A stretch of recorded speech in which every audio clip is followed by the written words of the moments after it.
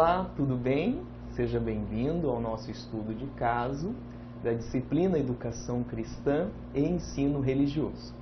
Eu sou o professor Anderson Alexandre e hoje nós temos a alegria de receber entre nós a presença do professor Alessandro Capelari.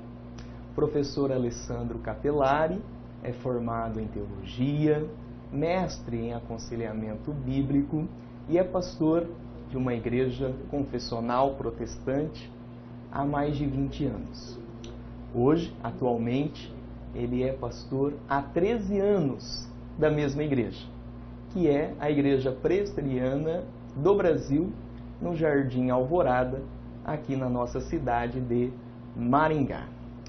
Seja muito bem-vindo, professor. Por favor, você pode se apresentar aos nossos alunos?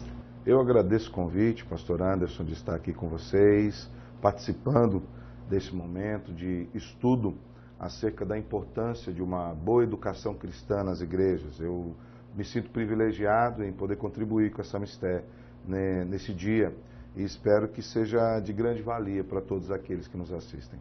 Ok, professor, eu que agradeço por ter aceitado o convite e eu quero lhe fazer algumas perguntas. Sim. Primeiro, quais são as propostas de ensino bíblico praticadas em sua igreja local? Bom, professor, basicamente nós temos 3 objetivos com respeito ao estudo bíblico na igreja. O primeiro desses objetivos é que as pessoas tenham um conhecimento geral da Bíblia, que as pessoas tenham acesso às Escrituras, que elas tenham familiaridade e intimidade com a Bíblia, ou seja, cada capítulo, cada versículo, onde estão as coisas, quem são os profetas maiores, profetas menores, a lei, o Pentateuco, a parte poética, o Novo Testamento, os Evangelhos, enfim, um panorama geral da Bíblia, que a pessoa tenha essa familiaridade com a Bíblia, com a Escritura. Esse é o primeiro objetivo. O segundo objetivo é que as pessoas também, que os crentes, que aqueles que participam, eles tenham o conhecimento das doutrinas fundamentais da fé cristã, acerca de salvação, soterologia, acerca de quem é Cristo, acerca de quem é Deus, acerca da cosmovisão cristã, do conceito de que fomos criados por Deus, a imagem de Deus, da entrada do pecado no mundo e como esse pecado maculou essa obra de Deus e como nós sofremos as consequências desse pecado até os dias de hoje, e também o conceito de redenção em Cristo Jesus, quando em e por meio de todas as coisas serão redimidas. Esse é o segundo objetivo. Primeiro, que as pessoas tenham um acesso à Bíblia em si. O segundo, que as pessoas tenham uma visão geral das principais doutrinas da fé cristã. E o terceiro objetivo é fazer um link, uma ligação entre a Bíblia, as principais doutrinas e as práticas cristãs dos dias de hoje.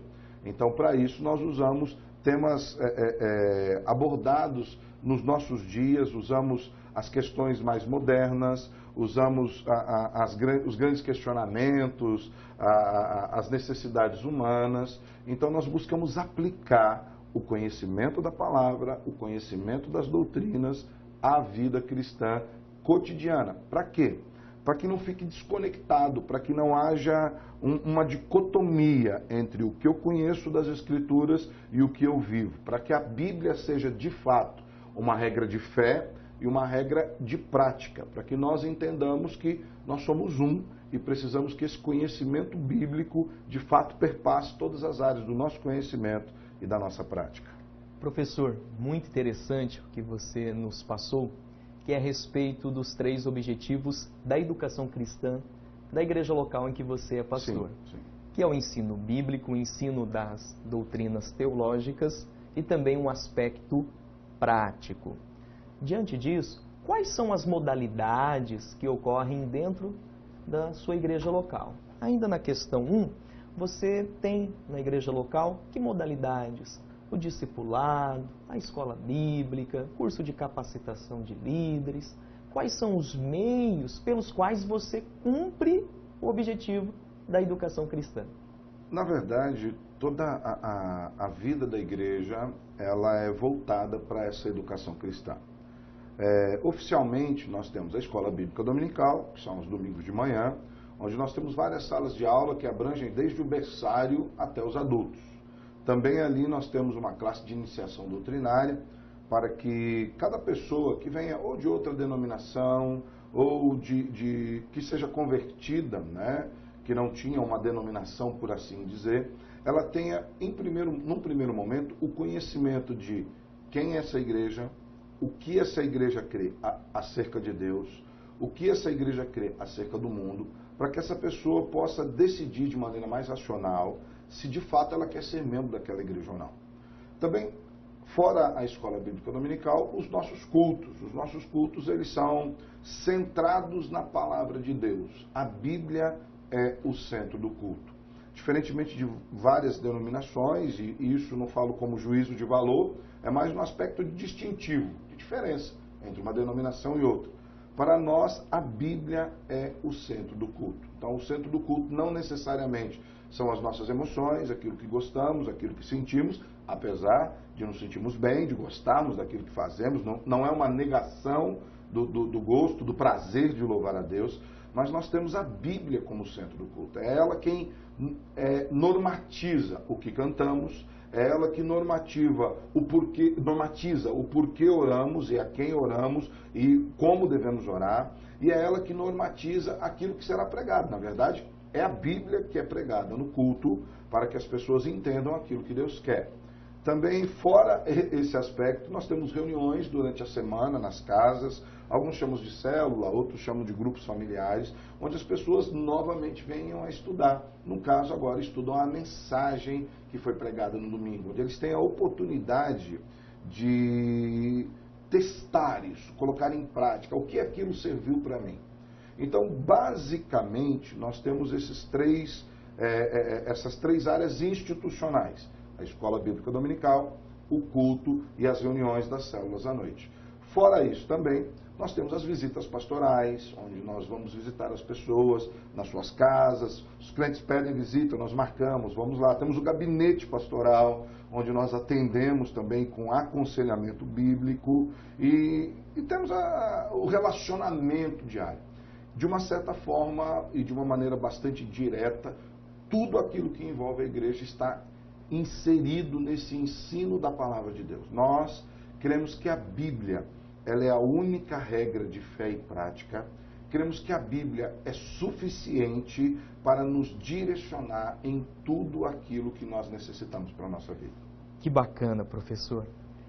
Vamos então ver a segunda pergunta. Sim. Como que ocorre a Escola Bíblica Dominical na sua igreja local? Comente para nós a organização, o planejamento dos temas e os resultados positivos. Por quê? Eu vi que a Escola Bíblica Dominical da sua igreja é um sucesso. Diferente de outras igrejas que têm enfrentado na sua Escola Bíblica Dominical algumas dificuldades. Mas na sua igreja eu tenho acompanhado, visto que tem sido um sucesso. É mais de 90% de frequência dos membros. Conte para nós como que ocorre a Escola Bíblica Dominical na sua igreja. Então, professor Anderson, primeiro nós navegamos em algo que é cultural da Igreja Presbiteriana do Brasil. Praticamente todas as igrejas presbiterianas do Brasil, ou pelo menos 90%, já no seu nascedouro nascem como uma escola bíblica dominical. Então, eles têm a escola bíblica dominical e o culto. Isso é cultural da própria denominação. Quando nós chegamos, nós percebemos que havia uma tentativa, que, diga-se de passagem, é uma tentativa importante, de trazer respostas na escola dominical para as questões da vida. Nós falamos aqui que linkamos a Bíblia com as questões da vida. No entanto, essa preocupação, ela estava um tanto quanto distorcida, onde as questões da vida estavam sendo mais importantes do que o estudo da palavra de Deus. O que nós fizemos ali foi basicamente o simples do simples do simples, aquilo que é mais básico com respeito à educação cristã, que é o fato de trazermos a escola bíblica para ser de fato bíblica. E partimos daqueles 3 objetivos que eu falei. Começamos a levar as pessoas a familiarizarem-se com as Escrituras, então nós ensinamos a Bíblia. Em segundo momento, começamos a ensinar as pessoas as doutrinas básicas da fé cristã. Porque, na verdade, quando as pessoas têm esse conhecimento da Bíblia e das doutrinas fundamentais da fé cristã, ela começa a se relacionar de uma maneira diferenciada com o mundo. Ela começa a perceber as experiências que ela tem fora da igreja de maneira diferente. Ela começa a entender que ela não tem duas vidas, uma vida dentro da igreja e uma vida fora da igreja. Ela tem uma única vida. Até eu costumo brincar na igreja quando a pessoa fala, olha, aquele é meio crente. Eu falo, se ele morrer hoje, qual metade vai para o céu? Ou a pessoa é ou a pessoa não é. E o que nós queremos trabalhar, e nós temos trabalhado, e o que eu acredito que tem dado efeito, é claro que tudo isso debaixo da graça do Senhor e da pura misericórdia de Deus para conosco.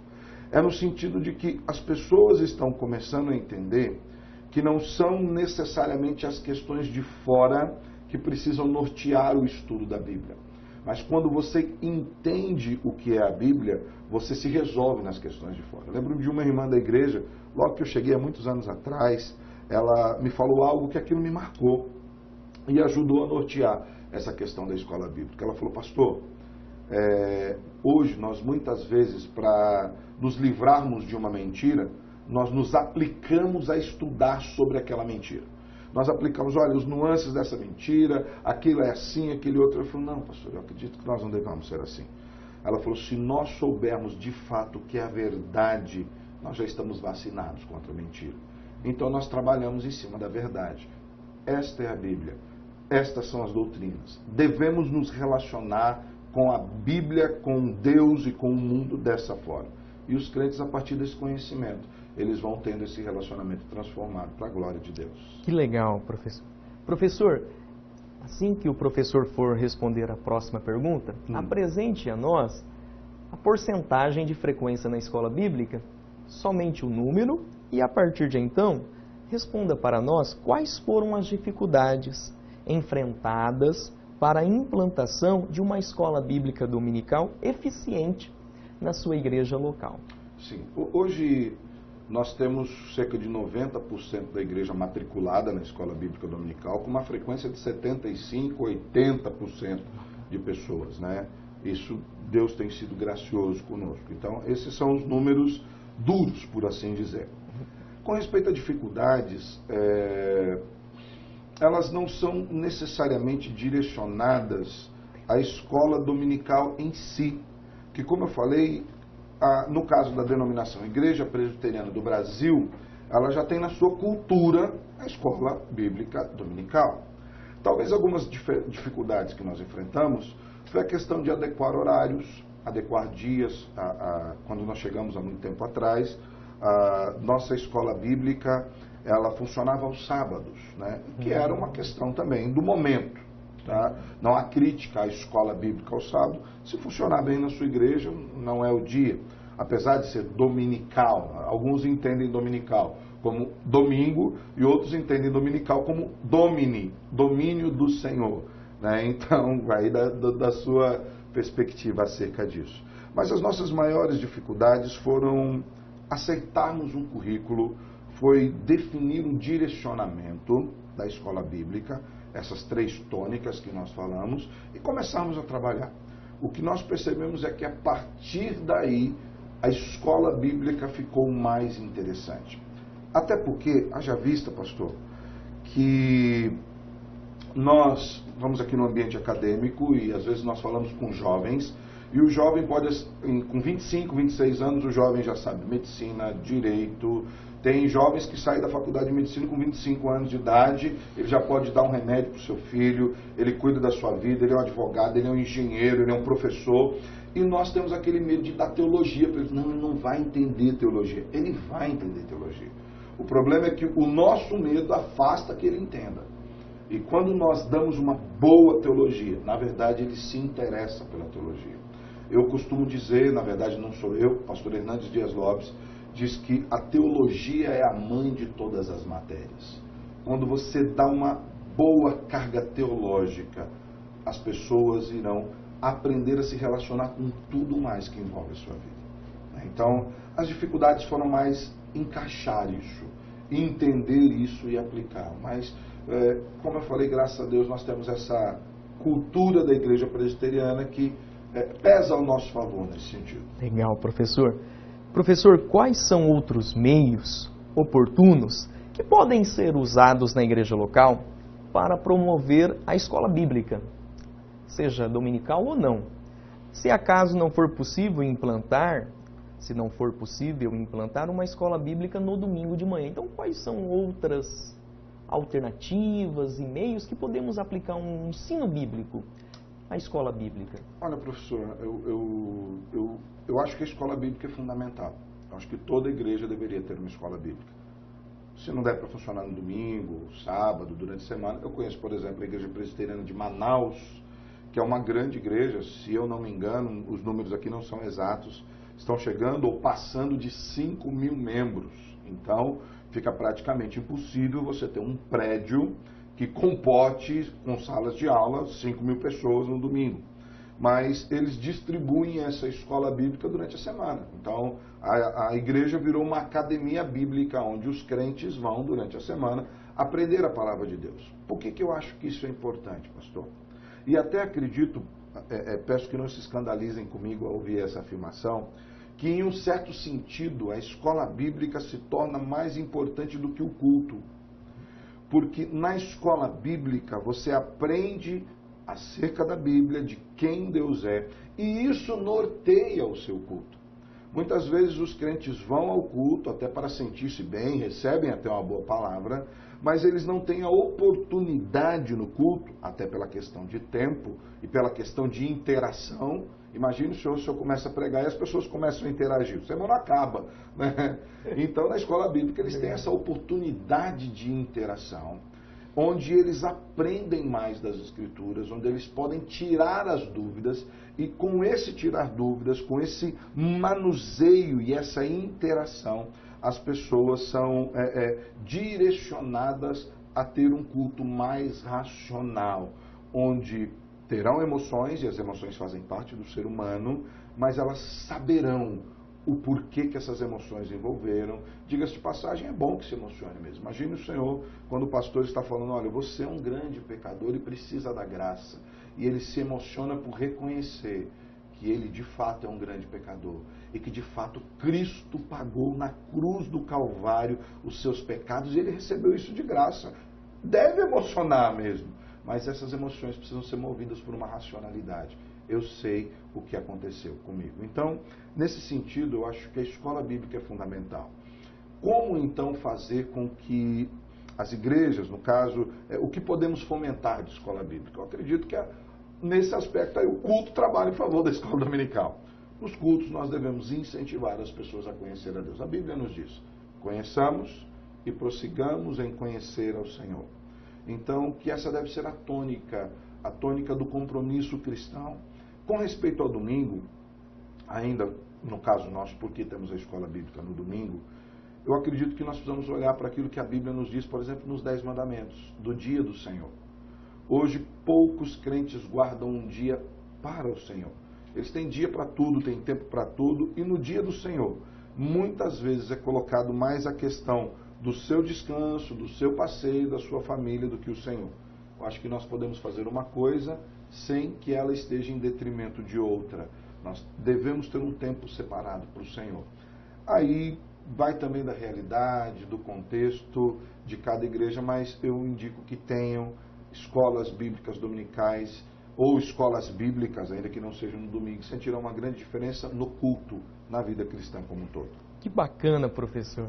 Professor, ainda falando sobre a escola bíblica, e agora nós vamos entrar ao lado da escola bíblica, que é a questão do sermão, a pregação. Então, qual é a sua concepção sobre a pregação como meio para expor fielmente as verdades bíblicas? João Calvino, que é um grande teólogo que a Igreja Presbiteriana estuda, e nós não somos calvinistas porque idolatramos Calvino, nós somos calvinistas porque entendemos que Calvino teve uma interpretação bíblica das Escrituras. Até, diga-se de passagem, tem muita coisa que é atribuída a Calvino, que ele nem passou perto disso, né? Mas João Calvino, ele diz que um pastor precisa ter duas vozes. Uma voz para chamar a ovelha, instruir o rebanho, e uma voz para espantar os lobos.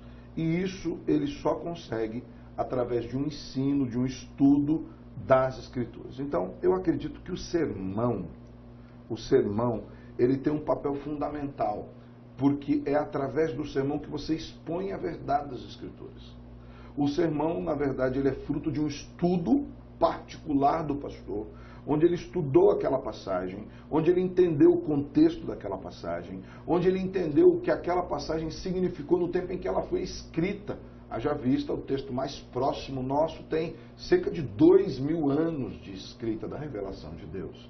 E a partir daquilo que a Bíblia significou lá, ele aplica ela no dia de hoje. Por que é importante isso? Porque a Bíblia só tem um sentido, pastor. Às vezes nós temos o engano de imaginar, não, mas esse texto tem vários sentidos. O texto bíblico, ele tem um único sentido. O que ele tem são várias aplicações. Mas para que nós o aplicamos de maneira bíblica, por assim dizer, nós precisamos entender o seu real sentido. Então, eu acredito que a pregação, a exposição das Escrituras, elas colaboram para isso. Para que o crente que está no culto entenda quem Deus é, qual é a vontade de Deus e como esse crente pode responder a essa vontade de Deus. Para isso, o sermão expositivo, ele traz esse ensino de maneira mais eficaz. É importante reconhecer que não é fácil pregar expositivamente, que dá trabalho pregar expositivamente, até porque o sermão expositivo impõe o que vai ser pregado. Não é o que nós queremos pregar, nós não podemos ir para a Bíblia no sentido, olha, eu quero pregar sobre isso, eu vou lá e acho 2, 3 versículos. É o próprio texto bíblico que nos diz o que será pregado. Então, eu acredito que essa concepção de sermão expositivo, quando ele expõe aquilo que está nas Escrituras, isso é a fidelidade à palavra de Deus. Professor Alessandro, fazendo um paralelo com João Calvino e também com a sua prática pastoral, você tem feito série de mensagens. Sim. E fazendo uma ligação com João Calvino, que também fez série de mensagens, expondo os livros da Bíblia Sagrada à sua comunidade em Genebra, na Suíça, nos relata para nós, neste momento, como que tem sido essa experiência com a série de mensagens. Até contam-nos os historiadores que Calvino, por um período, ele teve que sair de Genebra, né? E ficou algum tempo fora e voltou. E ele tinha pregado um texto, e quando ele voltou, ele continuou pregando do versículo seguinte, né? Ele usava a lectio continua, versículo a versículo. O que nós percebemos, pastor Anderson, é que quando nós começamos a pregar séries, e não séries temáticas, nada contra isso, por favor, nada contra a questão de séries temáticas, é uma questão de experiência nossa. Quando nós começamos a pregar livro a livro, perícopes por perícopes, temas maiores das Escrituras, por exemplo, pregamos o Sermão do Monte, fizemos 22 sermões sobre o Sermão do Monte. Uau. Pregamos sobre as 7 igrejas do Apocalipse, fizemos, na verdade, 9 sermões sobre as 7 igrejas. Um sermão de abertura, um sobre cada uma das igrejas e um sermão de fechamento. Estamos agora em uma série sobre os 10 mandamentos. Estudamos já o livro de João, estudamos já Pedro, 1 Pedro, Efésios, Filipenses, por aí vai. Nós temos pregado essas porções bíblicas. Estou enamorado por fazer uma série de sermões no Salmo 119, falando sobre o amor, o apego, a importância da palavra de Deus, e isso vai caminhar ainda para o futuro. Estamos aí elaborando 2 séries de sermões, eu, um evangelista que trabalha comigo, Márcio, estamos pensando em 2 séries de sermões, uma sobre o fruto do Espírito, que está lá em Gálatas, onde nós vamos falar de cada uma das nuances desse fruto, e outra sobre os encontros de Jesus nos evangelhos. Como Jesus encontrou essas pessoas, como elas estavam, o que ele tratou com elas e o que aconteceu depois desses encontros. Enfim, o que nós percebemos é que esse estudo das Escrituras, essas séries de sermões, elas edificam os irmãos no conhecimento progressivo da palavra de Deus. Não que o sermão solto ou sermão, eu não vou usar o termo livre, mas aquele sermão onde o pregador, fruto da sua devocional, ele vai fazendo um a cada semana, seja ruim de maneira alguma. Mas o que eu percebo é que há um crescimento espiritual e um crescimento de conhecimento das Escrituras nos irmãos. Outro aspecto da série de sermões, quando você vai para uma série de sermões delimitada pela Bíblia, é que você não escolhe assunto.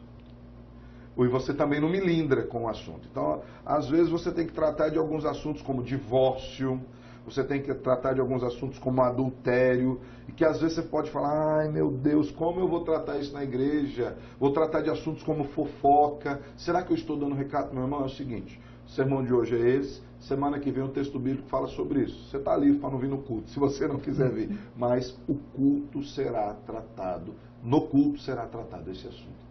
Então, esse sermão, essa série de sermões, ao mesmo tempo que ela nos ajuda, também para o pastor, facilita o trabalho em saber que a semana que vem eu prego isso. Se eu estiver bem, eu prego isso. Se eu estiver mal, eu prego isso. O meu trabalho é o quê? Estudar acerca disso.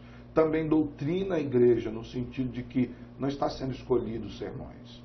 É a Bíblia que está delimitando isso. Então tem trazido um crescimento espiritual, um desenvolvimento, traz uma proteção pastoral, por assim dizer. Não foi o pastor que escolheu, irmão. Se você, de vez em quando eu falo isso, se você tiver que ficar bravo, fique com o ator. Fique bravo com o apóstolo Paulo, foi ele quem colocou isso. Fique bravo com o Senhor Jesus. Eu lembro que quando nós fomos pregar a série sobre o Sermão do Monte, uma pessoa uma vez me procurou e falou, pastor, mas o senhor vai tratar desse assunto na igreja? Eu falei, irmão, o Senhor Jesus pregou sobre esse assunto. Nós estamos estudando o sermão do Senhor Jesus. Se ele julgou relevante e tratou do assunto com uma clareza profunda, como está nas Escrituras, por que nós não poderíamos tratar na igreja de hoje? Então eu percebo o crescimento, pastor, um desenvolvimento na maturidade cristã. Professor, é interessante você trazer a nós esse conhecimento, que o aluno que está nos vendo neste momento, o aluno, a aluna leu o livro didático, que as 4 unidades foram feitas pelo professor Hermester. E já quero avisar os alunos que estão nos acompanhando que o professor Alessandro Capelari não teve acesso ao material didático, mas tudo que o professor está trazendo a nós, neste estudo de caso, é fielmente o que o professor Hermester aplicou nas 4 unidades da disciplina Educação Cristã e Ensino Religioso, que mostra a matriz teológica da igreja presbiteriana, que para nós é um modelo, um incentivo, uma motivação, uma luz a ser seguida. Pois bem, trabalhando com a disciplina que foi elaborada pelo professor Hermester Maia, as 4 primeiras unidades da Educação Cristã e Ensino Religioso, e com o professor e pastor presbiteriano Alessandro Capelari. Professor, por favor, nos fala neste momento o que é sola escritura. Como que nós podemos entender a palavra latina sola escritura? Sola escritura é um termo cunhado no período da Reforma Protestante. Na verdade, ele é um de 5 solas, onde naquele momento histórico havia necessidade de delimitar alguns pilares para a fé cristã. A fé cristã havia se dissolvido em um certo sentido, a igreja havia se estatizado, paganizado até.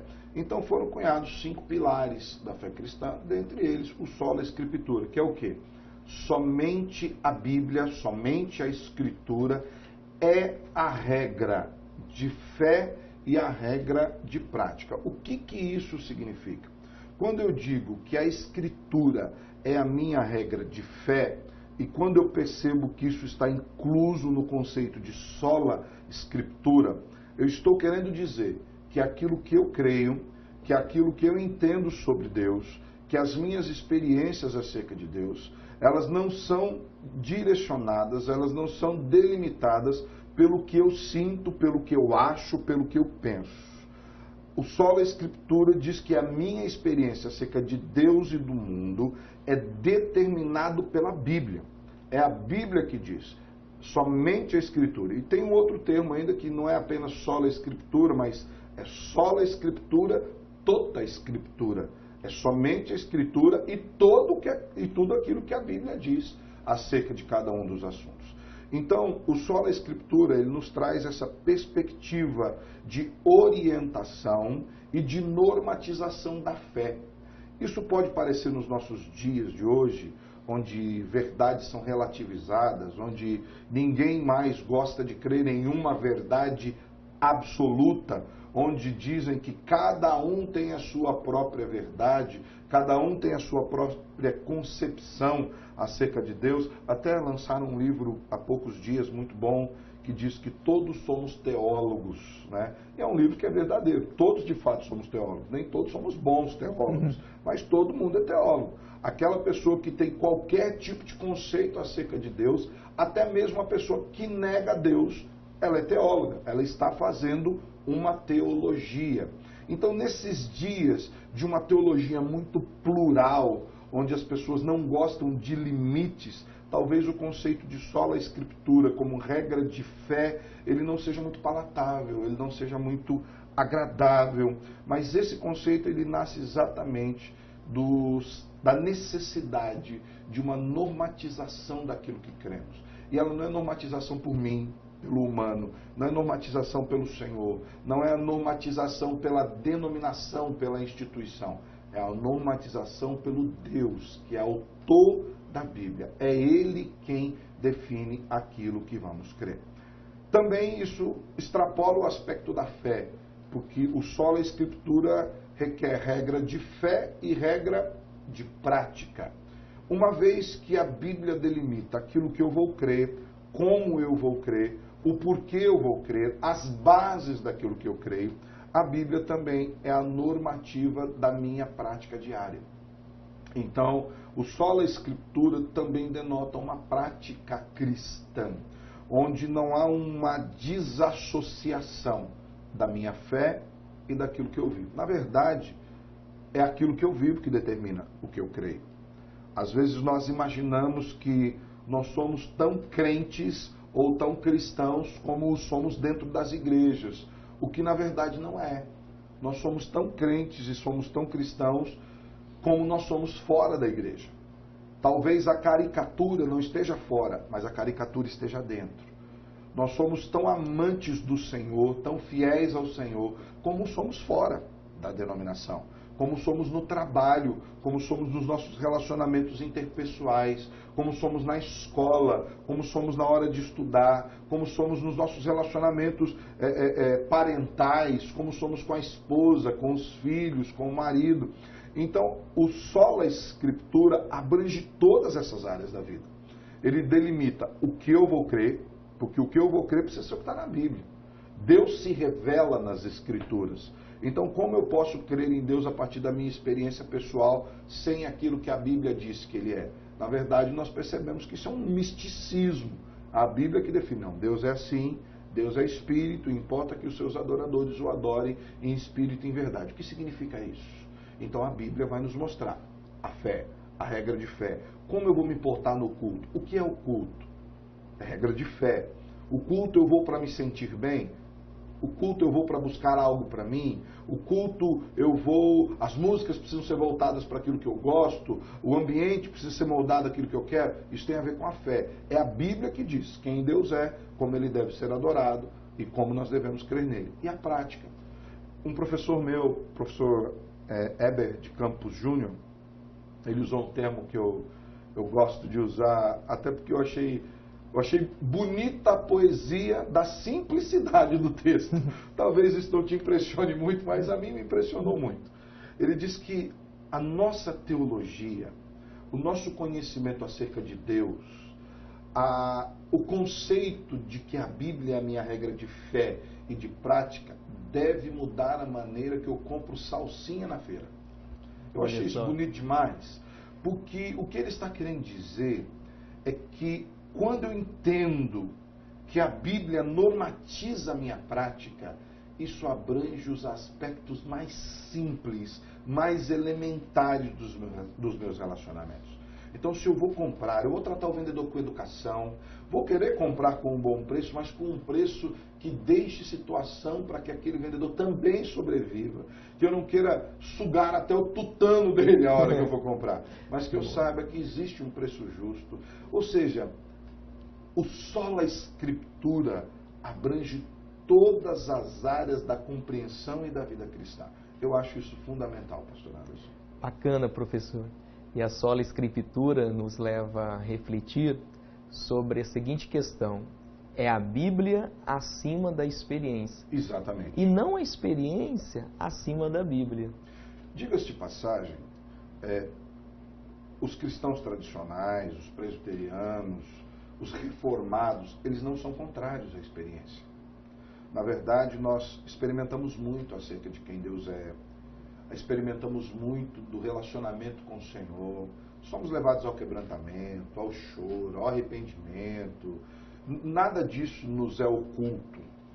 O que acontece é que cada uma das nossas experiências, elas são levadas à Bíblia para nós entendermos se aquela é uma experiência de Deus de fato ou se ela é uma experiência apenas fruto da minha emoção. Então eu preciso entender, é a Bíblia quem chancela. Nós levamos a nossa experiência para o crivo da Bíblia. Vou dar um exemplo assim de maneira objetiva. Então, eu tive um sonho à noite em que eu me senti que eu vou ser um líder A, B, C, D ou alguma coisa assim. Eu vou para as Escrituras. É isso que o Senhor tem para mim? Será que esse sonho não está muito centrado na minha vontade, fazer com que eu mesmo cresça? Será que eu encontro esse eco nas Escrituras? O que os grandes homens de Deus falaram? Por exemplo, dos grandes homens de Deus, o maior de todos eles, João Batista. Essa declaração acerca de João Batista é do próprio Jesus. Diz que dos nascidos de mulher, João Batista é o maior deles. Esse João Batista diz, o que importa é que ele cresça e que eu diminua. Então, se eu tive um sonho de grandiosidade, onde eu imagino que todos irão me honrar, e Deus me deu esse sonho, eu preciso levar esse sonho para as Escrituras. Será que esse é o desejo de Deus? Que todos me honrem? Ou será que o desejo de Deus é que a Ele seja a honra e a glória, e que eu possa até ser uma ferramenta dessa honra? Então, eu vou ter as minhas experiências, eu vou levá-las às Escrituras para compreender. Peraí, essa experiência não é de Deus que está me dando, não. Isso é um negócio do meu coração. Se eu não tomar cuidado, eu posso ser tentado a pecar usando da palavra de Deus e do próprio Deus para os meus benefícios próprios. Quando as Escrituras nos ensinam a humildade, a mansidão, nos ensina que a glória do Senhor e Ele não divide com ninguém. E que o importante é que Ele cresça e que eu diminua. É mais ou menos nesse aspecto. Interessante o que o professor Alessandro Capelari está a nos dizer, que ele nos apresenta que a sua igreja local, a sua confissão de fé, a sua vida cristã, o exercício pastoral de seu ministério é voltado a uma vida cristã bíblica, é voltado a uma liturgia de culto bíblico, é voltado ali a práticas de louvores que sejam bíblicos e também o seu exercício com a escola bíblica, com a pregação, totalmente norteado pela Bíblia. Isso é muito interessante. Você que está nos assistindo, nos vendo, que você leve isso à sua vida cristã, ao seu exercício diaconal, ministerial, à sua atividade na sua igreja local, que você comece a refletir. O que eu estou a fazer na minha igreja local? Tem um subsídio? Tem um respaldo bíblico? A Bíblia está sendo exaltada, exposta, e nós estamos vivendo a partir dela? Pense sobre isso. A importância do ensino da palavra de Deus e viver por meio dela, que é a revelação que Deus deixou para nós, a revelação da Bíblia Sagrada. Professor Alessandro Capelari, eu sei que a sua formação é em aconselhamento bíblico e o seu trabalho pastoral nesses 20 anos, 13 anos agora na mesma igreja local, a IPB do Jardim Alvorada aqui na cidade de Maringá, nos fala um pouco sobre o aconselhamento bíblico, que tem sido um exercício pastoral que você tem feito com muita frequência e com muita excelência no seu exercício pastoral. Nos relata a respeito da Bíblia e o aconselhamento bíblico que você tem exercido. Pastor Anderson, o aconselhamento bíblico, ele surgiu na minha vida como uma necessidade de aprender mais das Escrituras para ajudar pessoas a parecerem-se mais com Cristo Jesus. Isso era um grande desafio, porque não eram poucas as vezes em que as pessoas chegavam nas suas crises, nos seus problemas, e a primeira coisa que até as igrejas fazem, não, você precisa de um psicólogo, você precisa buscar isso, buscar aquilo, e eu, nas minhas preocupações, eu falava, isso aqui não é um caso de psicólogo, e aqui não é desmerecendo o psicólogo, mas isso aqui não é um caso de psicologia. E eu fui buscar o estudo acerca disso, encontrei no Andrew Jumper, em São Paulo, e o aconselhamento bíblico parte da seguinte premissa, de que a Bíblia é suficiente para responder todos os anseios do ser humano. A Bíblia tem todas as respostas que nós precisamos. A palavra de Deus, nos diz em Hebreus, ela é viva e ela é eficaz. Ela é mais penetrante, tem um fio mais cortante do que uma espada de 2 gumes. Ela pode ir ao fundo do nosso ser, a ponto de dividir juntas e medulas, a ponto de dividir alma e espírito. Não que isso seja divisível, mas no sentido de que o poder dela é tão profundo que é capaz de dividir o indivisível e traz discernimento sobre os desejos, os anseios e as vontades do nosso coração.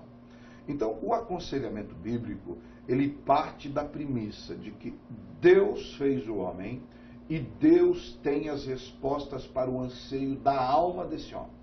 Então, todo desassossego da alma, ele é respondido pelas Escrituras.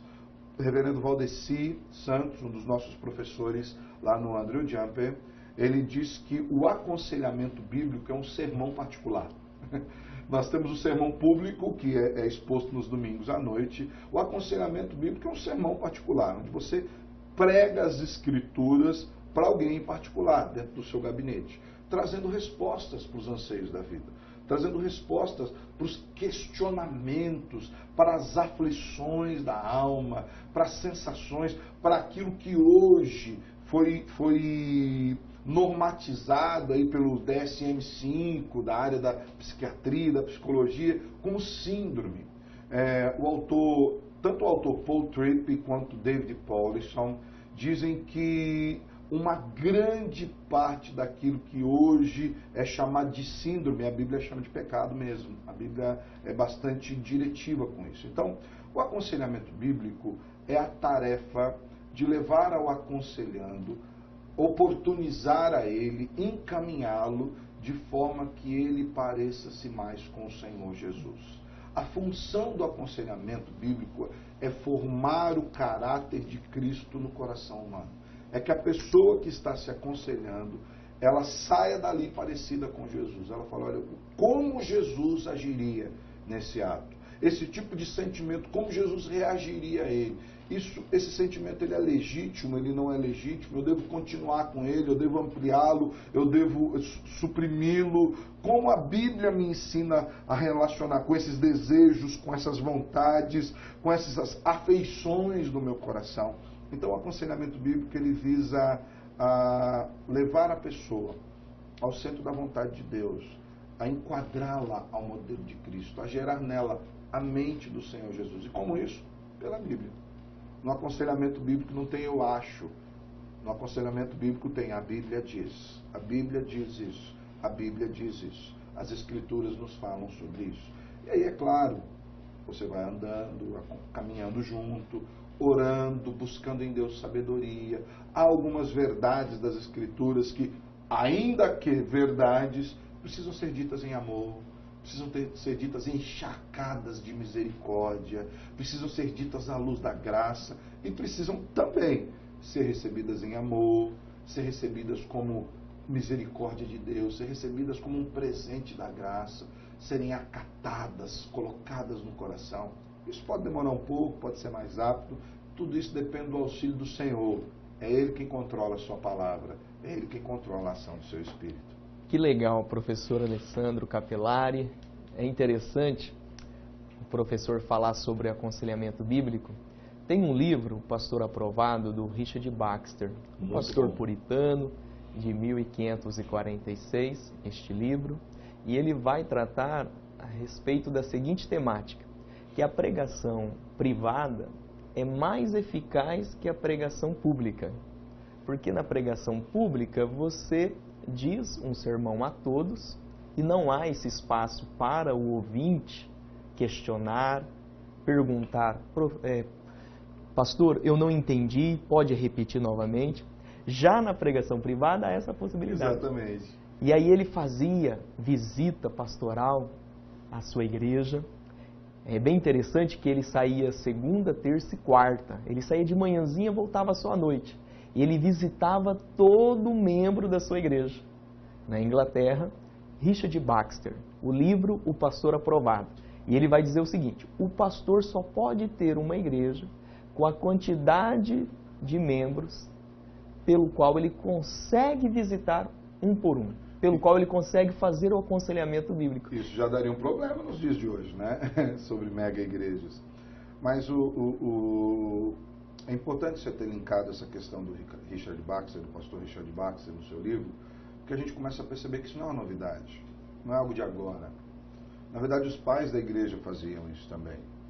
Não é uma nova onda contra uma área da sociologia, da psicologia, das áreas humanistas. Não é isso. É um voltar para as Escrituras. Eu acredito que isso faz parte de um movimento de avivamento, pastor. Avivamento, para mim, é voltar para as Escrituras. É voltar a ter apreço pela palavra de Deus. É voltar a ter a Bíblia como regra de fé e prática. É voltar a olhar para as Escrituras como palavra de Deus e não apenas como um livro de orientações que eu uso ou não, diga-se de passagem, sou eu quem defino aquilo que vou usar ou não. O avivamento genuíno é uma volta para o estudo das Escrituras. E daí a importância de uma boa educação cristã, de uma boa escola bíblica.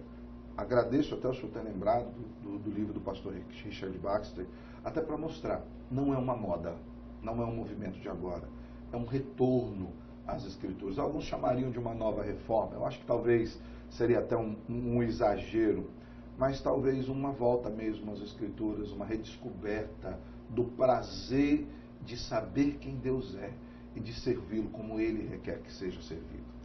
Professor Alessandro Capelari, estamos finalizando o nosso momento do bate-papo, do estudo de casos, e eu quero pedir ao professor que deixe, em linhas gerais, um recado ao aluno, à aluna, que está em sua igreja local, passou pela disciplina de educação cristã e ensino religioso, assistindo às aulas conceituais, e neste momento esse aluno, essa aluna está com desejo de implantar, de trabalhar, de mais próximo e mais perto da educação cristã na sua igreja local. Que conselho, em linhas gerais, você dá para o nosso aluno?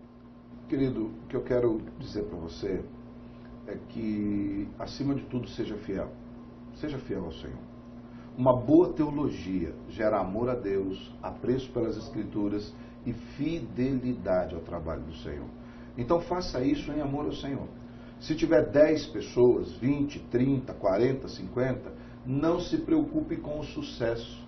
Porque o nosso sucesso é diferente do sucesso que o mundo vê. O sucesso do mundo é muito pragmático, é aquilo que dá certo. Se preocupe com aquilo que é certo. Então, monte uma escola bíblica na sua igreja. Pastor, mas estão em 2 crentes, 10 crentes. Ensine as Escrituras para ele com amor, para a glória do Senhor. E o Senhor irá abençoar a sua vida. Ainda que continue desse tamanho a escola bíblica, não se preocupe. O Senhor estará vendo. É para o Senhor que nós trabalhamos. Que o Senhor anime seu coração. Que você se anime a pregar as Escrituras para a glória do Senhor da igreja. Quero agradecer, pastor Anderson, agradecer a oportunidade, a instituição que abriu esse espaço, as pessoas que estão aqui servindo, câmera, o pessoal do som. Que Deus abençoe a vida de vocês ricamente, em nome de Jesus. Obrigado, professor, pastor Alessandro Capelari. Nós vamos ficando por aqui. Um abraço a você, aluno, aluna, Que Deus nos abençoe. Uma ótima educação cristã a todos nós. Até mais. Um abraço.